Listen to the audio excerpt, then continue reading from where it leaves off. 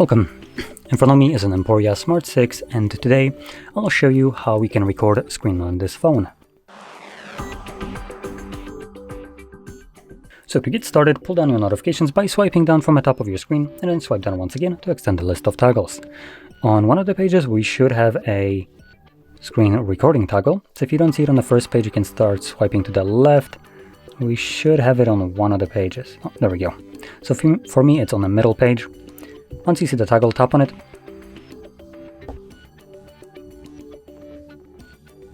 So when you tap on it, it does come with the microphone enabled by default, but it doesn't actually start recording right away. So click on the play.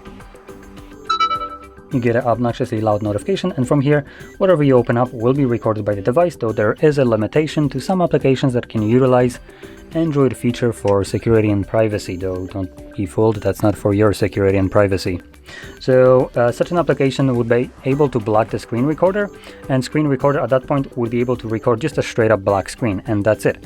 And annoying part is you don't know when you encounter such application, as it will just kind of keep on recording, and to you the application will look normal. Just when you're playing it back you can see that it didn't record crap.